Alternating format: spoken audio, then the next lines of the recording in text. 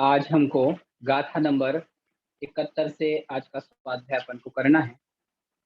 आइए गाथा नंबर 71 का स्वाध्याय सभी देखें। पीडीएफ हमने मोबाइल पे शेयर किया है, जिनके पास नहीं है वो उससे देख सकते हैं।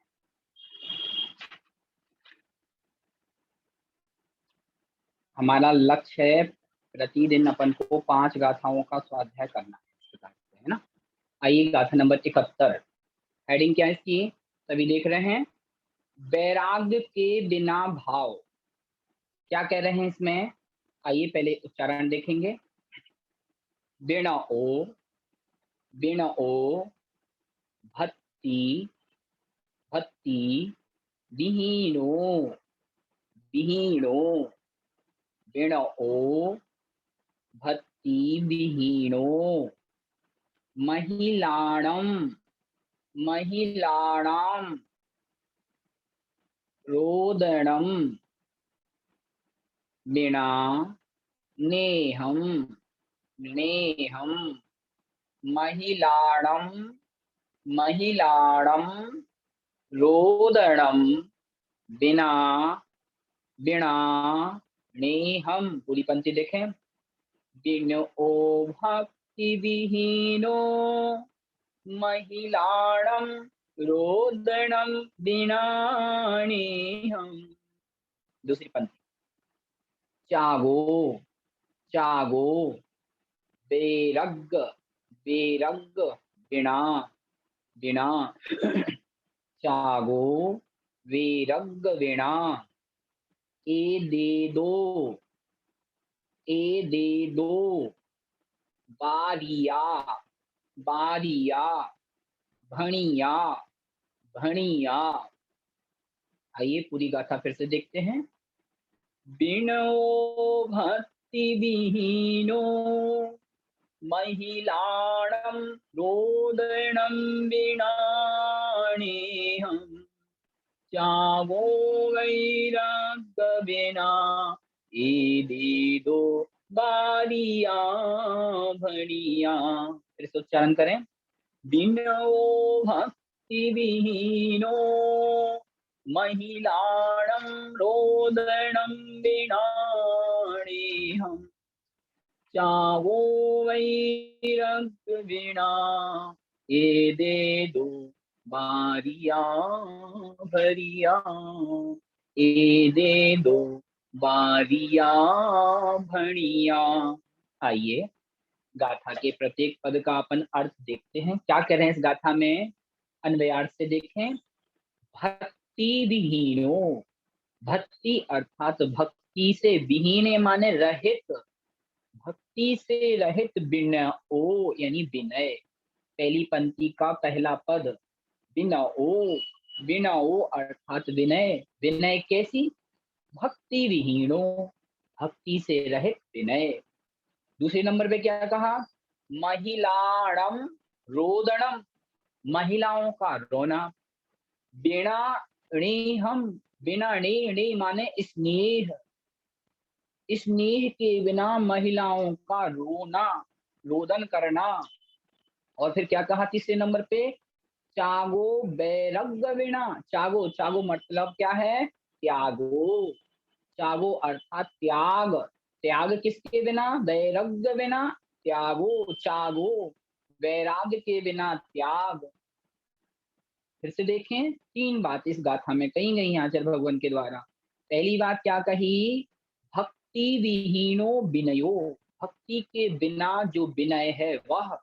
दूसरा, महिलाणाम, रोदनम, बिना, स्नेहम, नेहम अर्थात महिलाओं का रोना, किसके बिना, नेहम बिना, नेह मतलब स्नेह के बिना। तीसरे नंबर पे क्या कहा, चागो, चागो अर्थात त्याग, त्याग किसके बिना, वैराग्य बिना त्यागो, वैराग्य के बिना त्याग। ए दे दो, ए दे दो अर्थात ये सब। कौन कौन से सब, ये तीन चीजें। पहली चीज भक्ति के बिना विनय, दूसरी बात स्नेह के बिना महिलाओं का रोना, तीसरी बात वैराग्य के बिना त्याग। ए दे दो ये सब। बारिया भणिया, बारिया अर्थात इनका वारण करना चाहिए, इनका निषेध, भणिया यानी कहा गया है, इन सब का निषेध कहा गया है। किसका निषेध कहा गया? भक्ति के बिना विनय, आपकी किसी के प्रति भक्ति तो है नहीं, लेकिन आप ऊपर से उसकी खूब विनय कर रहे हो, उससे आदर सम्मान दे रहे हो। ध्यान रखना, ऐसी भक्ति जो विनय से रहे थे वह कार्यकारी नहीं। कोई महिला है जो खूब रोती है, खूब रुदन करती है, लेकिन उसका उसके परिवार के प्रति, उसके संबंधी जनों के प्रति स्नेह नहीं है, लेकिन सामने वाले को देख करके वह खूब रोने लगती है। तो कहा, स्नेह के बिना महिलाओं का रोना, भक्ति के बिना विनय का होना, भक्ति नहीं है और विनय खूब कर रहा है ऐसा व्यक्ति। और फिर तीसरे नंबर पे क्या कहा, त्यागो वैराग्य बिना, और त्याग, त्यागो मतलब त्याग, कोई त्याग बहुत कर रहा लेकिन वैराग्य नहीं है, संसार शरीर भोगों से उसकी विरक्ति नहीं हो पा रही है, क्योंकि अंतरंग में वैराग्य नहीं है, बहिरंग में खूब त्याग कर रहा, खूब उपवास कर रहा, व्रत कर रहा। तो आचार्यों ने कहा, ए दे दो बारिया भणिया, इसलिए आचार्यों ने कहा इन सब को बारिया यानी निषेध कहा गया है। इनके द्वारा, जिनेन्द्र भगवान के द्वारा, ये सब निषेध करने योग्य जानना। ठीक है, तो तीन बातों का ध्यान रखना है हमें इस कथा को पढ़ के, कि जब भी हम भक्ति करें, तो जब भी हम किसी की विनय करें तो उसमें भक्ति होनी चाहिए। और जो महिलाएं जो रुदन प्रकृति की होती हैं, अगर उनमें स्नेह नहीं है तो उनका रोना भी उनका व्यर्थ जाया जाता है।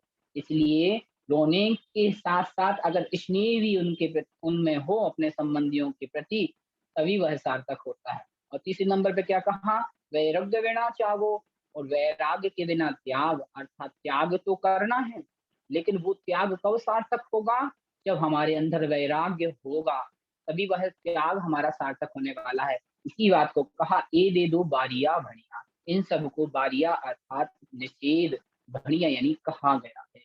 इस प्रकार की भक्ति ना करें,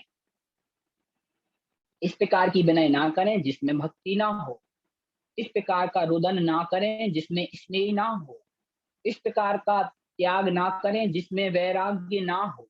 इस प्रकार से इन तीन चीजों का निषेध, ए दे दो भरिया, ए दे दो बारिया भणिया, इन सबका बारिया अर्थात निषेध, भणिया यानी कहा गया है। इस प्रकार से गाथा सामान्य गाथा है, और इसमें हमें तीन प्रकार की शिक्षा दी गई है कि त्याग कैसे करना है, और भक्ति कैसे करनी है, और स्नेह नहीं है तो रुदन भी व्यर्थ है। इस प्रकार से हमें जानना चाहिए। आइए गाथा नंबर 72 के पहले 71 का भावार्थ अपन देखते हैं, क्या कह रहे हैं आचार्य श्री।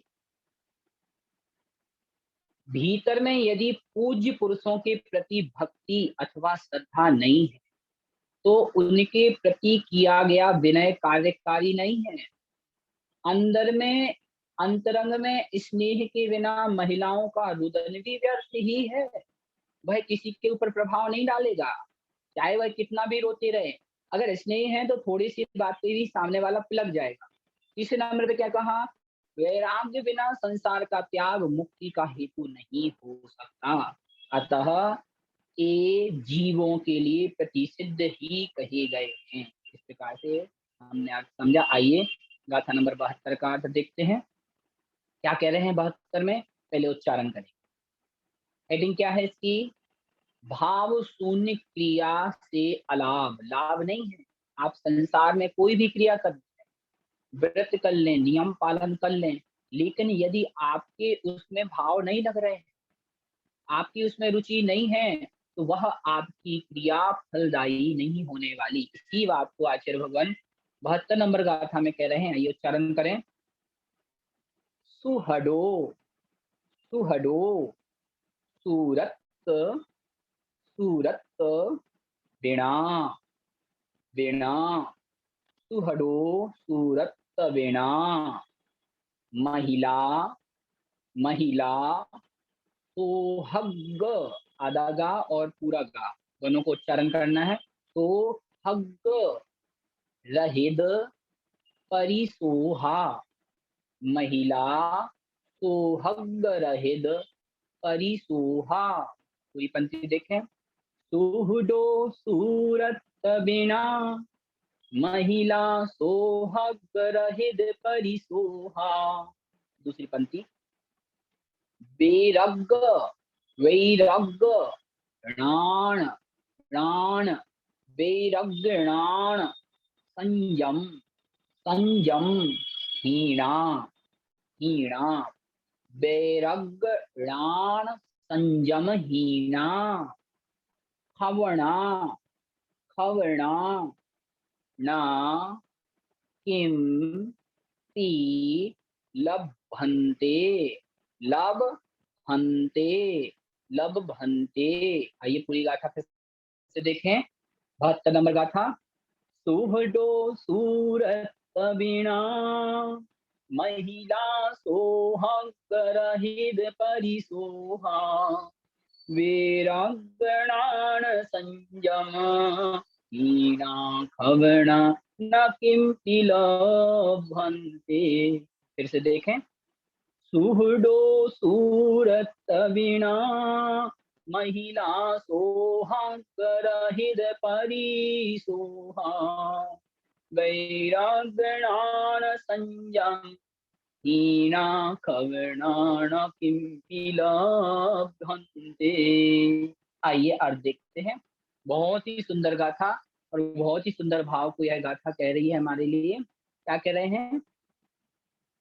सुहडो सुहड सुहड को जब अपन प्राकृत में कन्वर्ट करेंगे, संस्कृत में परिवर्तित करेंगे तो सुहड माने सुभट। सुभट कैसे बोलते हैं? कोई वीर योद्धा जो युद्ध लड़ता है उसके लिए सुभट बोलते हैं संस्कृत में, और उसी को प्राकृत भाषा में सुहड बोलते हैं। तो क्या कह रहे हैं? सुहडो कोई सुहड है, सुभट है, कोई वीर योद्धा है, वह सूरत बिना। सूरत माने सूरता, सूरवीरता, उसके बिना। बिना माने बिना। ऐसे देखें। सुहडो सुहड अर्थात कोई सूरवीर योद्धा, सुभट उसकी सूरत बिना, उसकी सूरत यानी सूरता यानी सूरवीरता के बिना। एक पॉइंट। दूसरा पॉइंट क्या कहा? महिला सोहग रहित परिसोहा। कोई महिला है, महिला माने स्त्री, महिला, और वो महिला कैसी है? सोहग रहित। सोहग अर्थात सौभाग्य से रहित, उसका सौभाग्य नहीं है, उसका पति मरण को प्राप्त हो गया है। ध्यान रखना। महिला, उस महिला का विशेषण क्या है? सोहग रहित, सुभाग्य सौभाग्य से रहित कोई महिला परिसोहा, और उसकी परिसोहा यानी शोभा, उसका श्रृंगार। फिर से देखें। सूरत बिना अर्थात सूरता के बिना सुभट, सुभट माने योद्धा, और सोहग रहित, सोहग यानी सौभाग्य से रहित महिला की परिसोहा, परिसोहा माने शोभा, श्रृंगार। ऐसे देखें पहली पंक्ति को। सूरत बिना सोहडो।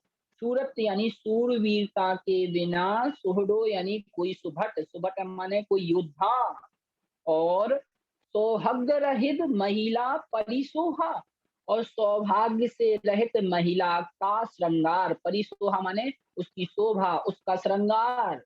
तीसरे नंबर पे क्या कहा? तीसरा पॉइंट।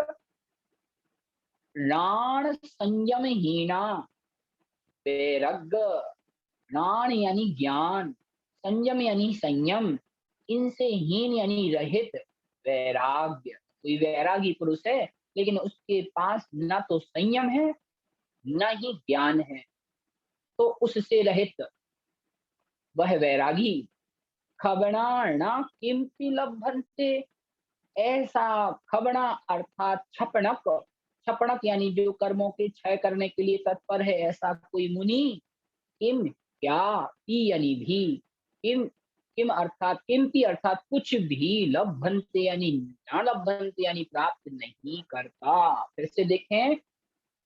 इस गाथा में स्पष्ट रूप से कहा गया, यदि कोई सूरवीर है, यदि कोई योद्धा है और उसमें सूरवीरता नहीं है, तो उसे युद्ध करने नहीं जाना चाहिए। अगर जाएगा तो मरण को प्राप्त होगा अथवा वहां से भाग के आ जाए। यदि कोई महिला है लेकिन उसका पति स्वर्गवास को प्राप्त हो गया है, तो कहा ऐसी महिला जो वैधव्य को प्राप्त हो गई है, सौभाग्य से रहे थे, ऐसी महिला का परिसोहा माने उसका श्रृंगार भी किसी कार्य का नहीं है, इसलिए उसके लिए श्रृंगार का निषेध कहा गया है। तीसरे नंबर पे कहा कोई वैरागी पुरुष है लेकिन उसको ज्ञान नहीं है, संयम का पालन वो नहीं करता, ऐसा खवणा यानी कोई मुनि किंपि न लभन्ते, कुछ भी प्राप्त नहीं करता। उदाहरण से दृष्टांत से दाष्टान्त को समझना। हम पहली पंक्ति में दृष्टांत दिया है और दूसरी पंक्ति में उसका दृष्टांत दिया गया है, इस प्रकार से। ठीक है, आइए फिर से देखते हैं अपन इसको। सुहृदो सूरत बिना, सूरत अर्थात सूरवीरता के बिना, सुहृद यानी सुभट माने योद्धा। फिर क्या कहा, सोहग रहित महिला, सोहग यानी सौभाग्य से रहित महिला का परिसोहा माने श्रृंगार, उसकी शोभा। और वैराग्यणा संयम, वैराग्य ज्ञान और संयम, इसको ऐसे भी लगा सकते हैं दूसरे प्रकार से अर्थ। तीन चीजें लेना, वैराग्य ऋण संयम, वैराग्य और ज्ञान और संयम से हीन या रहित। खवणा माने कोई मुनि, किंपि यानी कुछ भी, ना लभन्ते प्राप्त करता है यानी उन्हें कुछ भी प्राप्त नहीं होता। युद्ध में सुभट के पास वीरता होगी तो वो विजय प्राप्त करेगा। ये यदि सौभाग्य सहित महिला का श्रृंगार होगा तो वह समाज में संसार में शोभा को प्राप्त करेगी। और वैसे ही वैराग्य और ज्ञान और संयम से सहित यदि मुनि होगा तो वो अपने लक्ष्य को प्राप्त करेगा। लेकिन जिनमें ये प्रकृति नहीं है वह कुछ भी प्राप्त कर सकते नहीं है अपने अपने क्षेत्र में। इस प्रकार से हमें इसको लगा लेना। आइए इसका भावार्थ देखते हैं।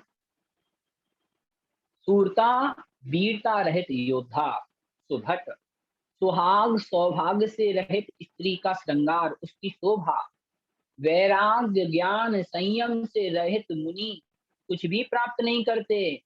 अर्थात सूरवीर योद्धा ही युद्ध क्षेत्र में विजय प्राप्त कर सकेगा। यदि योद्धा वीर नहीं है तो युद्ध क्षेत्र में पीठ दिखाकर भागेगा या प्राणों को खो देगा। अतः वीरता के अभाव में सुभट कुछ भी प्राप्त नहीं करता।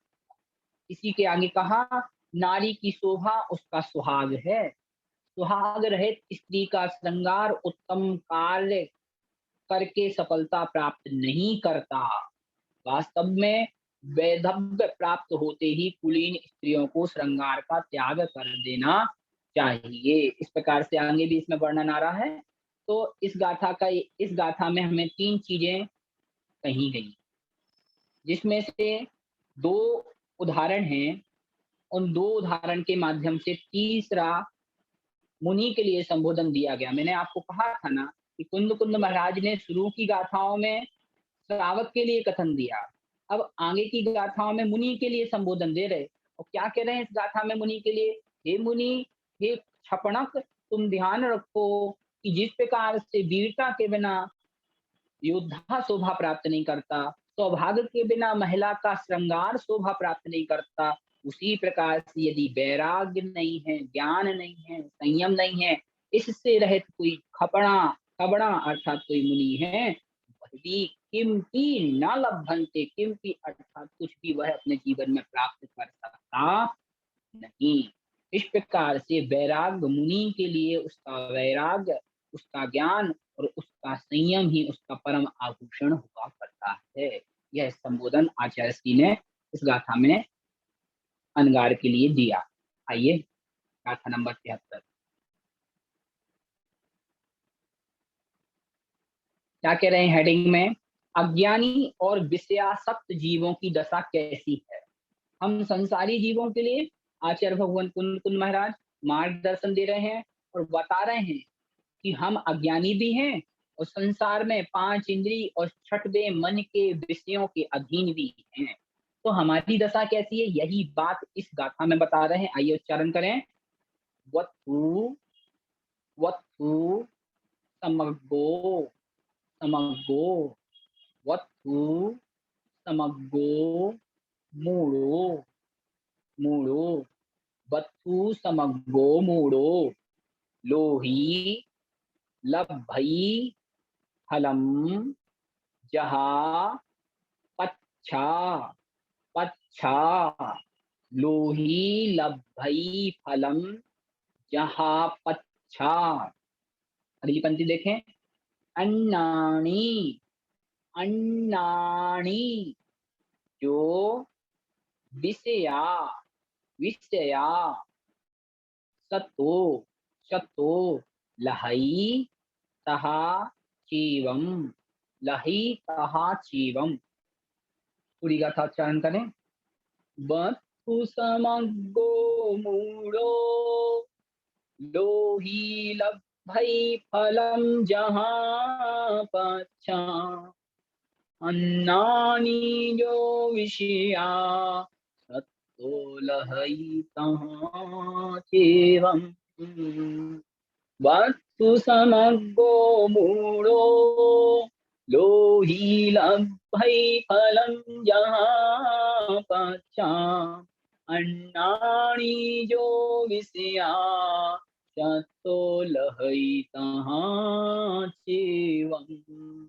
आइए प्रत्येक पद से गाथार देखते हैं। जहा, प्रथम पंक्ति के अंतिम पद से पूर्व में क्या लिखा है?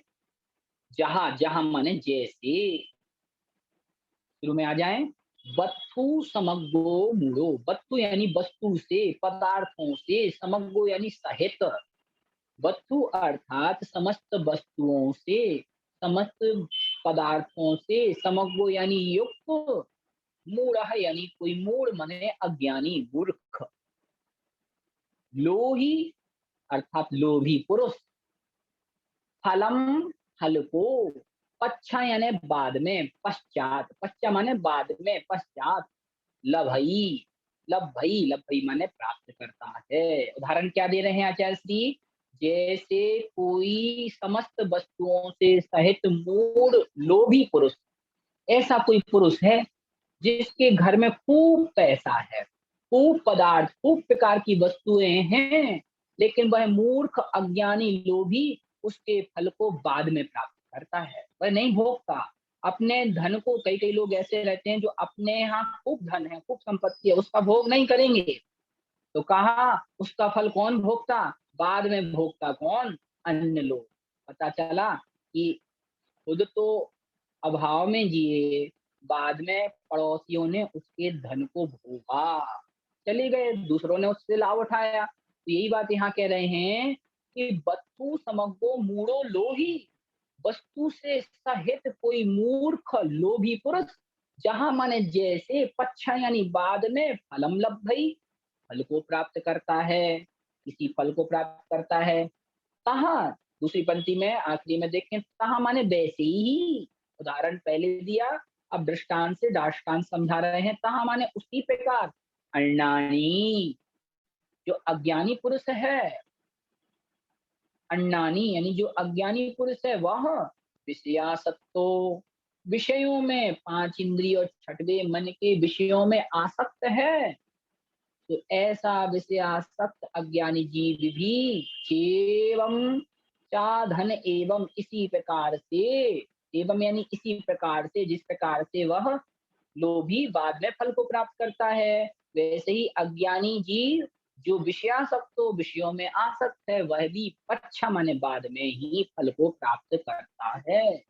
अर्थात अज्ञान दशा में हम विषयासक्त हैं, लेकिन इन विषयों के आसक्ति में हम अपनी युवा अवस्था भूल जाते हैं। जब हमारी वृद्ध अवस्था आएगी, तब हमें इसका फल प्राप्त होगा कि हमने अपनी युवा अवस्था विषयों में व्यतीत कर दी, अब हाथ में कुछ नहीं। जिस प्रकार से ऐसा ज्ञानी जीव बाद में पछताता है, वैसे ही जैसे लोभी पुरुष शुरू में अपने वस्तु का, अपने धन का उपयोग नहीं करता और जब बाद में दूसरे उसका उपयोग करते हैं तो उसको पछताना पड़ता है कि मैंने अभाव में जिंदगी की और दूसरे हमारे धन पे मौज करते हैं। इसी प्रकार से अज्ञानी जीव विषयों में आसक्त होकर बाद में फल प्राप्त करता है और पछताता है। यह यहाँ गाथा में आचार्य भगवान कहने वाले। ठीक है, फिर से देख लो।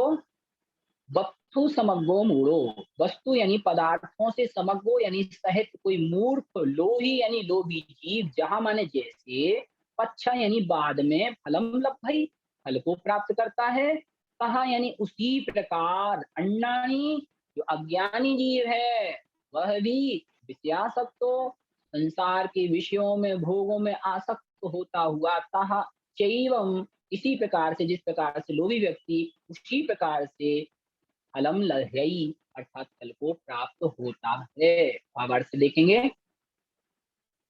जैसे समस्त पदार्थों से युक्त अज्ञानी लोभी फल को बाद में पाता है, वैसे ही विषयासक्त अज्ञानी भी पीछे फल पाता है।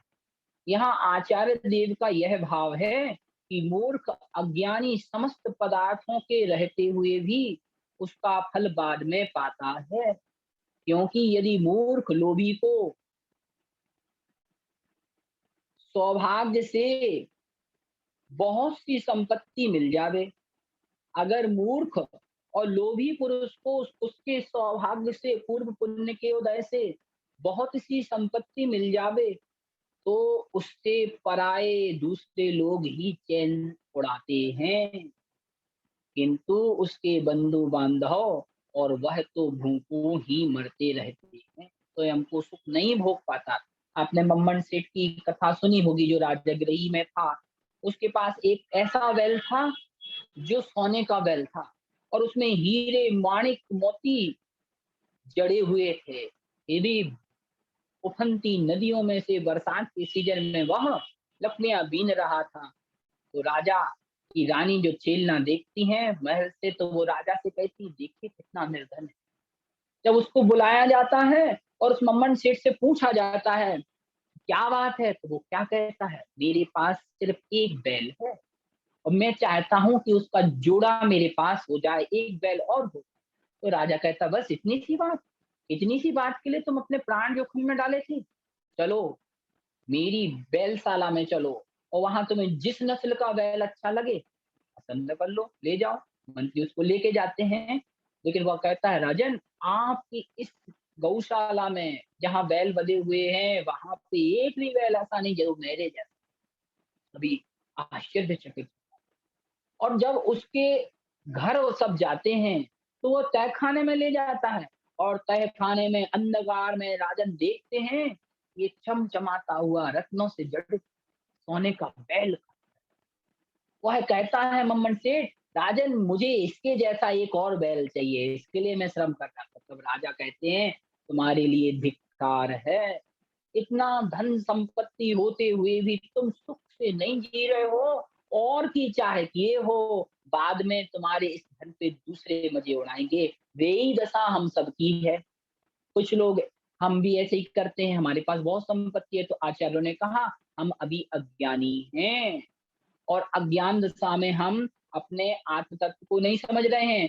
ऐसे व्यक्ति से अज्ञानी जीव की तुलना कर रहे हैं कि जैसे वह लोभी बाद में पछताता है, वैसे ही अज्ञानी जीव प्रारंभ दशा में, युवा अवस्था में विषयों में आसक्त रहता है, लेकिन बाद में उसको उसका फल प्राप्त होता है। इस प्रकार से इस गाथा को समझना। आइए अगली गाथा अपन देखते हैं। गाथा नंबर 74, 74। हेडिंग क्या है? फल को कौन प्राप्त करता है। आइए 73 नंबर गाथा जैसे ही ये गाथा है, थोड़ा सा बस अंतर अलग है, इसमें उच्चारण करना है। वत्थु वत्थु समग्गो समग्गो प्राणी प्राणी वत्थु समग्गो प्राणी सुपात सुपात दाणी दाणी जहाँ फलम, जहां फल, लहई, लहई, ला पे रुके और हई बोलना है, लहई। पूरी पंक्ति देखें, वत्तु समगोणानि सुपातदानी जहां फल लहई। दूसरी पंक्ति, नाण, नाण समग्गो, नाण समग्गो, विषय, विषय परिचत्तो, विषय परिचत्तो, लहई, लहई, तहा, तहा, एव, एव। पूरी गाथा फिर से देखें विनय के साथ, हाथ जोड़ के। वत्थु समगोणानि सुपातुदानि जहां फल लहहि, नाण समग्गो विषय परिचत्तो लहई तहां चैव।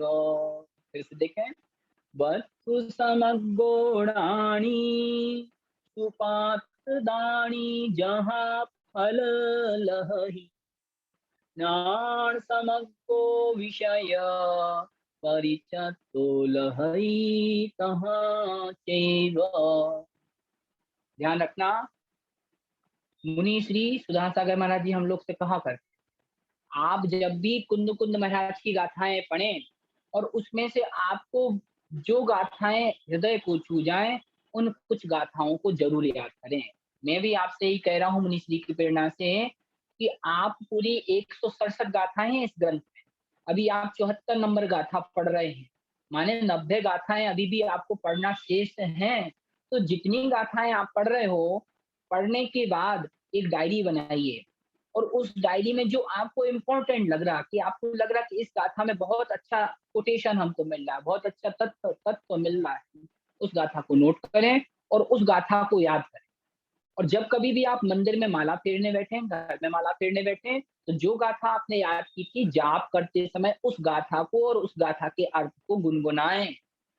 तब देखिए आपको उस गाथा का कितना अचिंत फल मिलता है और उसका कितना अच्छा रसास्वादन आपको होता है। इसलिए जरूर कोई ना कोई गाथा आप याद करें और प्रतिदिन एक गाथा तो जरूर सुनाएं, ऐसा मैं सोचता हूँ। अगर आप में से कोई ऐसा सुनाएगा तो बहुत ही साधुवाद का पात्र रहेगा। आइए इसका अर्थ देखते हैं। इसमें भी देखो, पहली पंक्ति के अंतिम दो पद से पहले क्या लिखा है, जहां, जहां अर्थात जैसे। पहली पंक्ति पे पहुंच जाए, वत्तु समगोणानि, पिछली गाथा में भी ऐसा ही लिखा था, वत्थु समग्गो। इस गाथा में क्या लिखा, वत्तु यानी वस्तु से, समग्गो यानी सहित, रानी यानी ज्ञानी जी। फिर से देखें, जहां माने जैसे, वत्तु समग्गो यानी समस्त पदार्थों की समग्रता अर्थात युक्तता से सहित, सुपात्र दानी, सुपात्रों को दान देने वाला, रानी यानी ज्ञानी जीव, फल, फलम लहही, फल को प्राप्त करता है। फिर से देखें, वस्तु समगोणानी, वस्तु यानी समस्त वस्तुओं से, समस्त पदार्थों से, धन ऐश्वर्य से, समग्गो यानी सहित, कोई रानी यानी ज्ञानी जी, जो सुपात्र रानी, जो कैसा है ज्ञानी, जो सुपात्र को दान देने वाला है, वह जहां यानी जैसे, फलम लहही, फलम यानी फल को प्राप्त करता है, तहा यानी वैसे ही, विषय परिचत्तो, विषय यानी जिसने विषयों को, पंचेंद्रिय छठने मन के विषयों को, परिचत्तो यानी त्याग कर दिया है, और ज्ञान समग्गो, ज्ञान अर्थात ज्ञान से सहित है, वह जीव, वह ज्ञानी जीव भी फलम लहई, फल को प्राप्त करता है। पिछली गाथा में लोभी से अज्ञानी की तुलना की थी और इस गाथा में सुपात्र दानी से ज्ञानी की तुलना कर रहे हैं। क्या कह रहे हैं, फिर से देखो, वत्थु समग्गोणानि, समस्त वस्तुओं से, पदार्थों से, समग्गो यानी सहित, कोई रानी यानी ज्ञानी जीव, जो ज्ञानी जीव कैसा है, सुपात्र दानी, जो सुपात्र के लिए दान देता है, जहां यानी जैसे, फलम लहही, जैसे वह फल को प्राप्त करता है। कोई सुपात्र दानी होगा जो मुनियों के लिए आहार दान देता, तो वो क्या फल प्राप्त करेगा?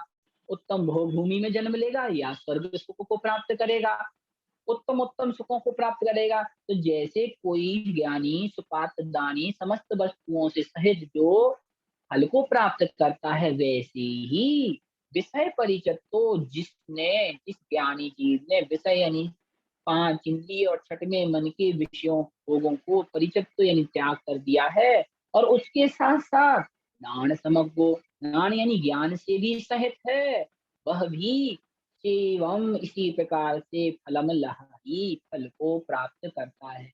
कैसे फल को प्राप्त करता है? उत्तम उत्तम फल को प्राप्त करता है। इस प्रकार से इस कथा को समझें। आइए इसका भावार्थ देखते हैं क्या कह रहे हैं। जिस प्रकार सभी पदार्थों की युक्तता सहित सुपात्र को दान देने वाला ज्ञानी फल की प्राप्ति करता है, उसी प्रकार विषयों का त्यागी ज्ञान से युक्त ज्ञानी फल को प्राप्त करता है। अर्थात पूर्व पुण्योदय से संसार में समस्त साधन उपलब्ध होने पर सुपात्रों में दान देने वाला ज्ञानी ही दान के फल को पा लेता है। तिरुकुलल ग्रंथ में आचार्य देव लिखते हैं, दान लेना बुरा है, चाहे उससे स्वर्ग ही क्यों ना हो, स्वर्ग ही क्यों ना मिलता हो। दान देने वाले के लिए चाहे स्वर्ग का द्वार भी क्यों ना बंद हो जाए, फिर भी सुपात्रों में दान देना ही धर्म है। सुपात्र में दान देने वाला ज्ञानी कहा गया, क्योंकि वह सुपात्र कुपात्र को अच्छी तरह जानकर दान देता है, तथा वह धन की दान भोग व नाश तीन गतियों से भी परिचित है।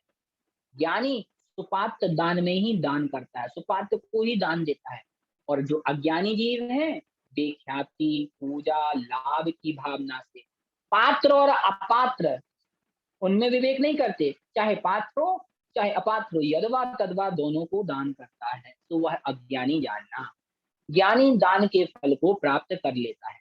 इसी प्रकार विषयासक्त होकर जो अपने को ज्ञानी संज्ञा से मंडित करता है, वो विषयों में आसक्त है और अपने आप को ज्ञानी कह रहा है, ध्यान रखना, वह संसार बढ़ाता है।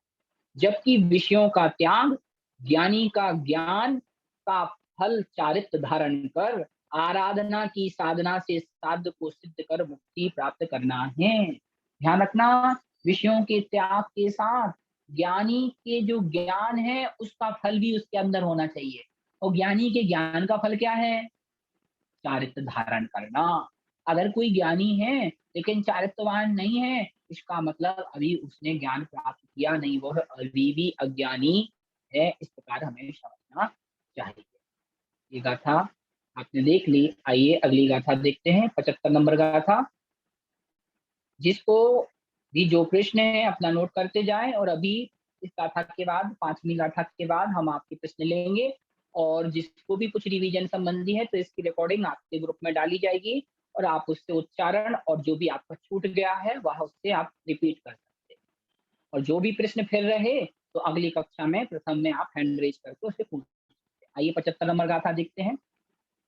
पहले उच्चारण, भू भू महिला महिला, भू महिला, कण कण याई याई, भू महिला कण याई, लोहा ही लोहा ही, विषहरम विषहरम, कहम पी पी, हवे हवे। पूरी पंक्ति देखें, भू महिला कन्याई, लोहा ही विषहरम, कहम पिहवे।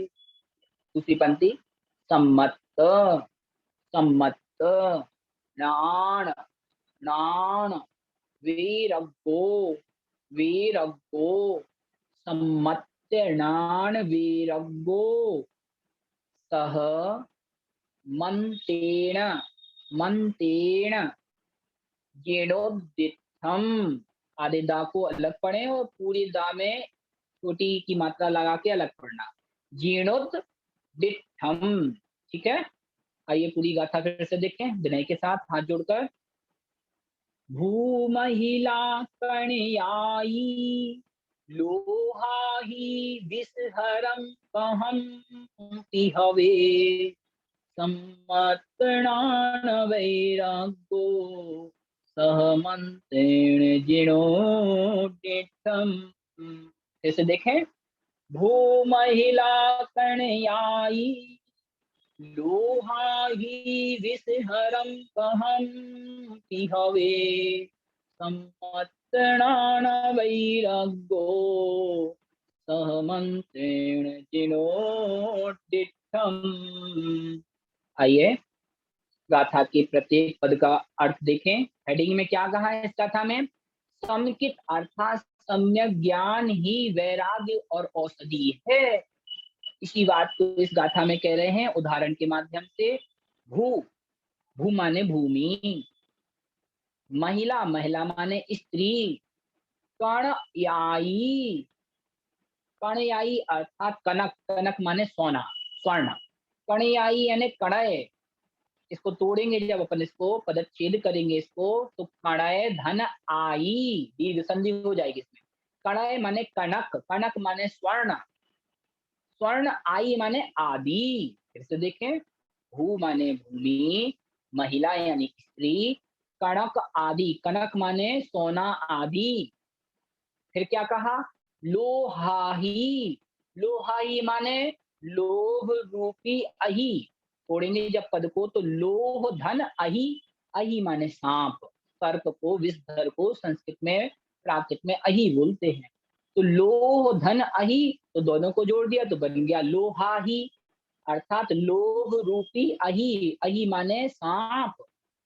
और विषहरम, और विषहरम यानी विष को धर्म धारण करने वाला सर्प को, विषहरम यानी विषधर को, सर्प को, कहमति हवे, वह सर्प चाहे कैसा भी हो, कहमति यानी कैसा भी हो, सम्मतणान वैरग्यो सह मंत्रेण, उसको सम्मक्त यानी सम्यक्त, णान यानी ज्ञान, वैराग्य यानी वैराग्य रूपी औषधि के साथ मंत्र से बस में किया जा सकता, मंत्रण यानी मंत्र से बस में किया जा सकता है। ऐसा किसने कहा है? जीर्णोद्दिठम, ऐसा जिनेन्द्र भगवान ने कहा है। फिर से देखें पहली पंक्ति से। भू यानी भूमि, महिला यानी स्त्री, कणक आई यानी कणक आदि यानी सोना आदि, लोहाई सोना आदि के, लोहाई यानी लोभ रूपी सर्प को, ठीक है। फिर से देखें। भूमि, स्त्री, स्वर्ण आदि के लोभ रूपी सर्प को। दूसरी बात, और विषधरम, विषधरम यानी विष को धारण करने वाले सर्प को, कहमपि, कहम यानी कथमपि, कैसे भी हो, हवे यानी हो, कहमपि हवे, कहम यानी कैसे, अपि यानी भी, हवे यानी हो, सम्मतणान वैराग्यो सह मंत्रेण, सम्यक ज्ञान और वैराग्य के साथ मंत्रण यानी मंत्र के द्वारा उसको बस में किया जा सकता है। ध्यान रखना, क्या बात कही, दो चीजें ध्यान रखना यहाँ पे। भूमि हो, महिला हो, सोना आदि हो, और इनके लोभी को, ठीक है। भूमि, महिला, स्वर्ण आदि के लोभ रूपी सांप को, एक बात।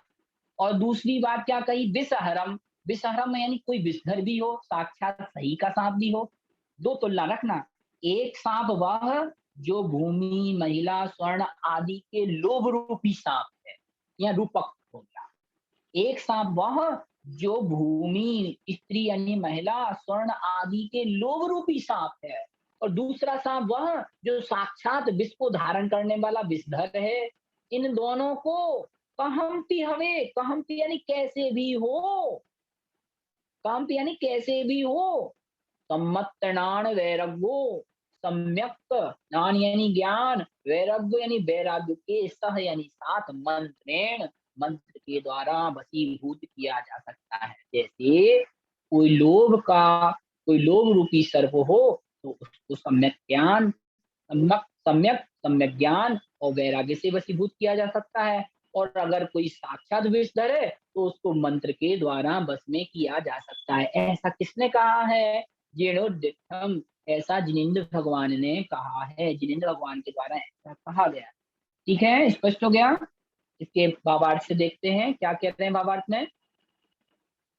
भूमि, स्त्री, स्वर्ण आदि के लोभ रूपी सर्प और भयानक विषधर सर्प भी, वह कैसा भी क्यों ना हो, सम्यक ज्ञान और वैराग्य रूपी औषधि से और मंत्र से बस में किया जा सकता है।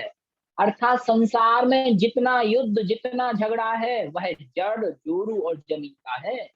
इन तीन का आसक्त जीव लोभ रूपी सर्प से डसा जाकर एक नहीं अनेकों भव बिगाड़ लेता है, जबकि महाविषधर के डस जाने पे उसका एक ही भव बिगड़ता है। यहाँ यह कहना चाह रहे हैं कि यदि कोई सांप किसी व्यक्ति को डसता है तो वह एक भाव में, उसी भाव में मरण को प्राप्त होता है। लेकिन जिस जीव को जल, जोरू, जमीन अर्थात भूमि, स्त्री और स्वर्ण आदि का लोभ रूपी सांप डसता है, उसके अनेकों भाव बिगड़े हुए जानने चाहिए। इस प्रकार से आचार्य श्री ने कहा, इन दोनों सर्पों से अगर आपको बचना है तो सम्यक ज्ञान और वैराग्य रूपी औषधि और मंत्र से इन्हें वश में किया जा सकता है। ठीक है, इस प्रकार से यहाँ सम्यक ज्ञान और वैराग्य की औषधि का महत्व यहाँ हम सबको समझाया गया है और हमें यह कहते हुए सचेत किया गया है कि हम हमारे भूमि, स्त्री, स्वर्ण आदि में लोभ को घटाएं, लोभ को समाप्त करें। इस प्रकार से आज हमने गाथा नंबर 75 तक पाठ किया। 5 गाथाओं का आज अपन ने स्वाध्याय किया। अभी इन 5 गाथाओं के स्वाध्याय में और आपको कोई डाउट है तो आप हैंड रेज कर सकते हैं, आपके शंका का समाधान यहाँ से दिया जाए। हाँ जी, अंजू जैन जी, माइक अनम्यूट करें। हाँ जी बोलिए, अंजू जी अनम्यूट करें माइक को। जय जिनेंद्र भैया जी। जय जिनेंद्र। जैसे हम लोग है ना हिंदी में तो पढ़ा जड़, जोरू, जमीन, यहाँ पे लिखा हुआ जड़ है ना, तो जड़ माने क्या? फिर जड़ माने कहाँ क्या पे होता लिखा है? जड़? जैसे मैंने ये पढ़ा था कभी, तो जड़, जोरू, हाँ, जमीन तीन का झगड़ा बताया था ना, और यहाँ पे वैसे मुझे जड़ का भी मतलब नहीं समझ में आता, और यहाँ जड़ लिखा है, तो कहाँ जड़ पे लिखा माने भी जड़? क्या? आपका ये नीचे में आपका अर्थ दिया ना, अन्वयार्थ के नीचे में अर्थ लिखा है, जो हाँ अभी आपने पढ़ा था ना, अभी आपने पढ़ा था ठीक ये। ठीक, मैं समझ तो गया समझ गया समझ हाँ, गया। तो जोड़ू इसमें जड़, जमीन तो जोरू, सबको समझ में आता। हाँ जोरू हाँ, जमीन समय जड़ किसको बोलते हैं? जोड़ू जमीन तो स्पष्ट है। हाँ जी। इसके विषय में जड़ से मतलब हमें यहाँ मूर्खता लगानी चाहिए। अच्छा, हाँ, ये मूर्खता लगानी चाहिए। जड़ यानी मूर्ख व्यक्ति। मोटा। संसार में जितने भी झगड़े होते हैं या तो वो मूर्खता की वजह से होते हैं, या तो जमीन की वजह से होते हैं, या स्त्री की वजह से। जड़, अच्छा, जोड़ू, जमीन। जोड़ू माने तो स्त्री हो गई, हाँ जी। जमीन माने जमीन हो गई। जमीन के लिए महाभारत का युद्ध हुआ, वाह। ठीक है, और जोरू के लिए रामायण का युद्ध हुआ। बाकी जो जड़ता भी में तो रामायण। महाभारत, महाभारत भी हुआ। हाँ, महाभारत दोनों के लिए। जमीन के लिए मुख्य रूप से जमीन और जोरू दोनों है उसमें। दोनों है महाभारत में। अच्छा, जड़ हाँ, माने भी वही जड़, जड़ माने भी जड़ ही होगा क्या? नहीं नहीं, हमें जड़ का एक बार हमने किसी से पूछा था, हमें भी इसका सही से स्पष्ट नहीं था, तो सामने नहीं वाले का कहना था कि जड़ से तात्पर्य मूर्खता लगाना चाहिए, बाकी जी, जड़ से और भी नहीं तात्पर्य होता नहीं नहीं, आपने जड़ माने मूर्ख, मूर्ख तो सही बताइए, सही लग रहा है मेरे को। जड़ बुद्धि बोलते हैं ना, मूर्ख है। बुद्धि, हाँ, जड़ जड़ बुद्धि बुद्धि। वाला बोलते हैं, हाँ तो यहाँ जड़, जड़ तो सही लग रहा है भैया जी। हाँ, लेकिन लेकिन कभी जड़ मैंने जड़ जड़ हाँ, मैंने कहीं हिंदी कहीं में भी जड़ कभी है। कभी कहीं पढ़ा था, जड़ भी लिखा था, पढ़ाया हुआ है, तो जड़ माने का जड़। उसका हाँ, वो देखना पड़ेगा डिक्शनरी में, अच्छा, उसको देख के आपको स्पष्ट करेंगे। वो ठीक थोड़ा है, है ऐसा। ठीक है, अच्छा, जी जी जी। और कोई डाउट? धन्यवाद धन्यवाद भैया जी। हिंदी का शब्द है, हिंदी में कई अर्थ रहते हैं। कई अर्थ होते हैं। ठीक है, जय जिनेन्द्र। और कोई क्वेश्चन है किसी का? आज की गाथा से पूर्णिमा जी दाहोद से अनम्यूट करें माइक। हाँ जी बोलिए। जय जिनेन्द्र भैया जी। जय जिनेन्द्र। हाँ, मैं यूँ कह रही थी भैया जी कि 80 घातक की आप एग्जाम ले लेना, फिर 80 की फिर ले लेना तो अच्छा रहेगा। इस ठीक है। तारीख तक मैं चर्चा करता हूँ सांगानेर में कि क्या वहाँ से अधिष्ठाता महोदय क्या हमें सुझाव दे रहे हैं, क्या कि अधिष्ठाता महोदय, निर्देशक महोदय, प्राचार्य जी जैसा सुझाव देंगे वैसा अपन को करना पड़ेगा। अपन नहीं तो उनसे आप पूछते हैं। टेस्ट तो ले सकते हो हाँ ना, टेस्ट हाँ, ले ऐसा लो कर लेंगे, ठीक है। हाँ ऐसा कर लेंगे। मैं गूगल फॉर्म पे एक टेस्ट बना के आपको वो लूंगा, ठीक है, ऐसा कर। हाँ, उस बारे ठीक क्या ठीक। सब तैयारी भी करते रहेंगे थोड़ा। हाँ हाँ, वो करेंगे, वो करेंगे, ठीक है, ऐसा ठीक है। हाँ, और कोई प्रश्न है? फिर 80 का फिर ले लेना, तो ऐसे ठीक है करके ठीक है। 160 हो जाए इसके टोटल। ठीक है, संडे को करते हैं अपन ऐसा, है ना? हाँ, संडे को टेस्ट कर लेते हैं। आज अपना कौन सा दिन हो गया? आज सोमवार है, सोमवार है। तो सोमवार की जगह रविवार को करते हैं क्या? ठीक है। हाँ, और 8 दिन सबको अच्छा मिल जाएगा। हाँ, 8 दिन में और मैटर भी हो जाएगा। अपन रविवार को कर लेते हैं, है ना? हमारे ख्याल से रविवार तक 100 गाथाएँ हो जाएँगी अपनी। नहीं 80 का लेना आप लेकिन, हाँ, 80 ऐसा कर लेंगे। ठीक 80 ठीक 2 टुकड़े हो जाएगा यूँ। ठीक है, आपका लेकिन सुझाव। थोड़ा करेंगे यूँ। ठीक है, ऐसे ही करते हैं, ठीक है? हाँ ठीक है। ठीक है, और सोनीसा जैन जी, माइक और वीडियो दोनों चालू रखें, सोनीसा जी। जय हाँ, जिनेन्द्र भैया जी। जय जय जिनेन्द्र। ये अभी जो जर जोरू जमीन का विषय चल रहा है, तो ये जर जो है ये उर्दू का शब्द हुआ करता है, इसका मतलब होता है धन।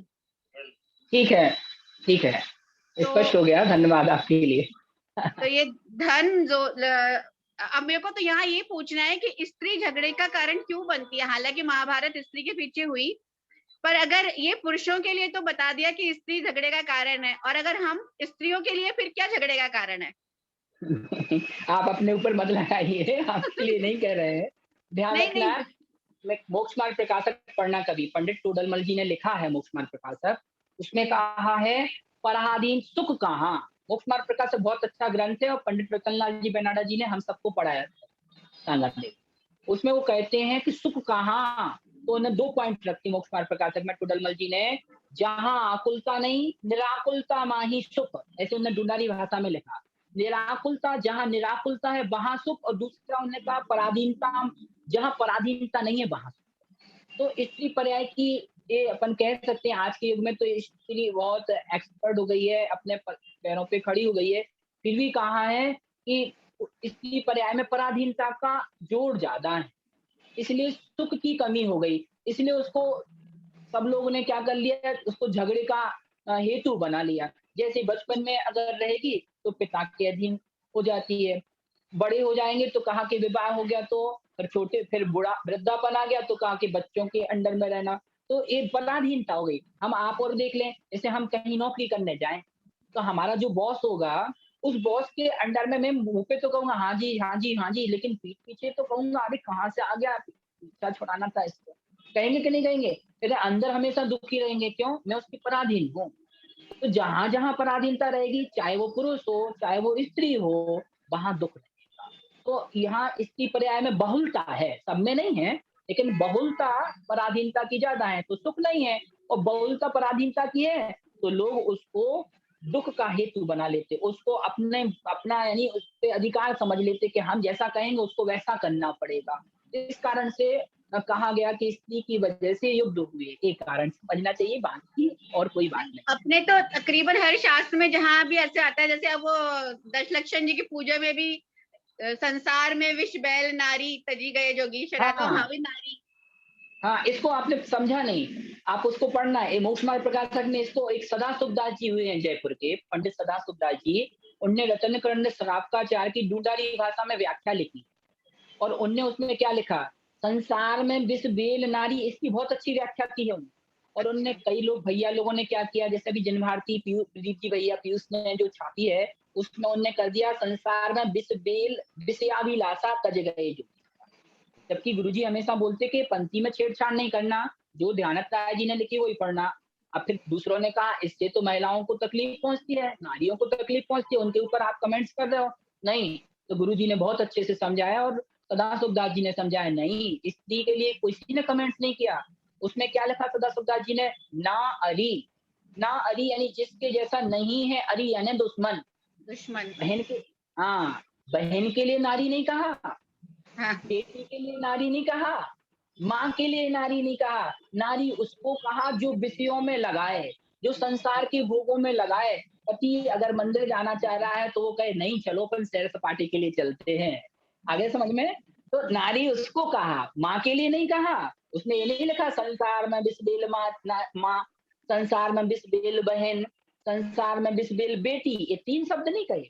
इसी बात को सदाशिवदास जी ने ढूंढारी भाषा के जो रतन ग्रंथ आपकाचार्य की बृहद टीका है उसमें उन्होंने इसको स्पष्ट किया। नारी लिया, नारी मतलब वो जो विषयों में पुरुष को डाले, ठीक है, उसकी अपेक्षा से इसको हमें लेना। नारी नहीं, नारी नहीं होती तो तीर्थंकर कहाँ से आते, है ना? नारी के लिए नहीं है, माँ के लिए नहीं है, ध्यान रखना, माँ के लिए नहीं है, पुत्री के लिए नारी नहीं के है। 4 स्वरूप में से 3 स्वरूप के लिए नहीं है, बस एक स्वरूप के लिए। वो हाँ, वो इसलिए कि उसमें भोग की पराकाष्ठा है, ये वो इसलिए क्योंकि इसमें भोग। जी, ठीक है, ठीक आज आप भैया पहली जी। बार क्लास में आए हैं? नहीं भैया जी, रोज अटेंड कर रही हूँ, आपसे 3-4 बार अच्छा, प्रश्न पूछे हैं। अच्छा, तो वीडियो ऑफ करके करते होंगे इसलिए देखा नहीं होगा। हाँ, ठीक जी है, जी जी। जय वो जिनेंद्र। नेट का प्रॉब्लम हो जाता है इसलिए वीडियो ऑफ रखते हाँ हैं। हाँ, ठीक ठीक ठीक है, ठीक है। सुरेश जी भैया अनम्यूट करें अपना माइक और वीडियो भी चालू रखें। आप कल क्लास में नहीं आए थे? कल आया था मैं। अच्छा, क्या आप कल आए आया, और कृष्ण, आप पर आए और कृष्ण नाम मैंने लेते कुछ तो पता पूछा नहीं नहीं। चलता कि आप आए हो कि कल मैंने नहीं। कुछ पूछा नहीं क्योंकि थोड़ा स्वास्थ्य ठीक नहीं था, अरे अच्छा, ठीक है, तो ठीक है। फिर वो मैंने कहा चलो क्या आज है कि हमारे गुरुजी कहा करते थे बेनाड जी कि हाँ, जो छात्र जो सबसे ज्यादा पूछता है उसकी हाँ, वजह से सब लोगों का ज्ञान बढ़ता है, हाँ, इसलिए वो जल्दी लाइट में आ जाता है। हाँ जी, हाँ। बोलिए बोलिए। हाँ, तो मेरा ये प्रश्न है कि ज्ञान संयम के बिना वैराग्य श्रवण को कुछ भी लाभ प्राप्त नहीं कराता है, जी ठीक है? तो जी। यदि श्रवण है तो हम्म, उसमें संयम तो होगा ही। देखिए, कथन की अपेक्षा से कैसा है, हम्म। एक द्रव्यलिंगी और है, एक ज्ञान भावलिंगी भी है। होगा ही। नहीं, एक करेक्ट नहीं कह सकते, आपने सुना होगा एक ज्ञान मुनि और थे। संयम के बिना वैराग्य हाँ, कैसे होगा? ध्यान रखें, एक मुनि थे, आपने पुष्पडाल की कहानी सुनी होगी, पुष्पडाल मुनिराज पुष्पडाल, की हाँ। कहानी। हाँ, हाँ, सुने उनको सुने। बार उनके नगर में एक मुनिराज आए हम्म, और उनको आहार दान दिया, और आहार दान देने के बाद मुनिराज का कमंडल पकड़ के वो वन में उनके साथ पीछे पीछे चले गए। और हम्म, मुनिराज ने उनको कहा तुम दीक्षा ले लो, उनने दीक्षा भी ले ली। लेकिन बराबर। 12 साल तक वो वहां रहे, लेकिन हम्म, मुनि थे। लेकिन हम्म, अटकी कहाँ थी उनकी सांस? उनकी एक पत्नी थी। हाँ, वो पत्नी की उनके ख्याल में वो 12 साल रहे। तब उनके साथ जो मुनिराज थे वो बहुत बड़े राजा थे, और वह जब अपने महल को लेके आते हैं उनको, तो वहां वारिशण उनके कई वारिशण हाँ, बारिशन मुनिराज। वारिशण। तो महल, हाँ, तो महल में आते हैं, तो महल में जब उनके लिए एक सोने का पाटा लगाया जाता, एक लकड़ी का, हम्म, तो वो स्वर्ण के पाटे पे नहीं बैठते, लकड़ी के पाटे पे बैठ। जब उनकी हम्म, पत्नियां, जो पूर्व पत्नियां थी, वो आती हैं और उनको वो उनके सामने खड़ी होती हैं विनय करके, तब वो पुष्पडाल उनको देखते हैं, अरे मेरी तो एक पत्नी थी, वो भी काणी, हम्म। वो भी काणी, और इनकी तो हाँ, ये स्वर्ग की अप्सराओं जैसी स्त्रियां हैं। हाँ, कानी स्त्री थी मंजू जी, कानी मतलब उसको दिखा एक आंख से कम थी, तो वो भी कानी स्त्री थी, और इनकी स्वर्ग जैसी अप्सराएं थी, फिर भी इनको छोड़ के जी चले गए, तो ये तो ज्ञानी हो गए। और दूसरे बहिरंग से भेष तो धारण किए थे, लेकिन हम्म, अंतरंग से वो ज्ञानी नहीं थे। तो ऐसे मुनियों के लिए जो द्रव्यलिंगी हैं, उनके लिए यहाँ ये संबोधन दिया। यहाँ से मुनि का कथन प्रारंभ हो गया। तो मुनि के लिए कहा, हे मुनि, अगर आप भावुकता में मुनि बन गए हो, आप में वैराग्य नहीं है, आपने अध्ययन नहीं किया, ज्ञान नहीं किया, तो ध्यान रखना उसी अज्ञानी जीव की जैसे आपकी दशा होगी और आपको कुछ भी प्राप्त नहीं होगा। इसलिए ज्ञान वैराग्य रूपी औषधि होनी ही चाहिए, एक है। ठीक है भैया ठीक है भैया जी, जी। और धन्यवाद। आपका एक प्रश्न, हाँ, आपका एक प्रश्न और था जो उस दिन हाँ, मैंने कहा था, आप आए नहीं थे कक्षा में, भव्य हाँ, और अभव्य, हाँ, 41 नंबर भव्य का। भव्य। हाँ, तो हाँ, उसका एक अर्थ और लगेगा। हाँ, संस्कृत में भू धातु होने के अर्थ में होती, भू माने होना, भवती माने हाँ, होना। होता है। हाँ, तो भू धातु में जब यत प्रत्यय लगेगा, यत यानी होने योग्य वस्तु के लिए लगाया जाता है, तो भू का बन जाएगा भव, और भव में या लग जाएगा प्रत्यय तो बन जाएगा भव्य। तो भव्य का मतलब होगा होने योग्य, होने और योग्य अभव्य और माने नहीं होने नहीं योग्य। होने योग्य तो इसका अर्थ ये भी लगाएंगे अपन हाँ। कि होने योग्य जो ज्ञानी और जीव नहीं है होने योग्य वो होने योग्य और नहीं होने योग्य में पृथकता जानेगा, उसको जानेगा, और जो नहीं जानेगा वो समय से रह सकता। सही, नहीं बिल्कुल करेक्ट है आपका इंटरप्रिटेशन। वो जी, मैं जी, भी जी। वही सोच रहा था कि इसका हाँ, अर्थ हाँ, ऐसा ही होना चाहिए। हाँ, वो इसका अर्थ संज्ञा के वही हिसाब, हाँ, उसको हाँ, संज्ञा के हिसाब से निकालेंगे तो अर्थ नहीं अलग निकलेगा, और उसको हाँ, क्रियापद के हिसाब से अर्थ निकालेंगे तो अलग। हाँ, बस अलग निकले। जी, ठीक है। सही। जय जिनेन्द्र। जय जिनेन्द्र, धन्यवाद। जी, जी, जी। और अभी किसका प्रश्न है? चलिए किसी का प्रश्न नहीं, मंजू जैन जी का हो गया, ठीक है। आइए आज की कक्षा को विराम दे रहे हैं। जिनका जो विषय रह गया है, जिनने जो कक्षाएं नहीं पढ़ी हैं, रोज की रिकॉर्डिंग आपके ग्रुप पे डाली जा रही है। आप उस ग्रुप में से रिकॉर्डिंग पूरी कक्षा देख सकते हैं और उससे अपना कंसल्ट कर सकते हैं। आइए जिनमानी स्तुति करें, हाँ जोड़ लें। बोधि समाधि परिणाम शुद्धि स्वात्मोपलब्धि सिद्ध सिद्धि चिंतामणि चिंतित वस्तुदानी स्ववंदमान सिद्धमास्तु देवी। 9 वार नंबर।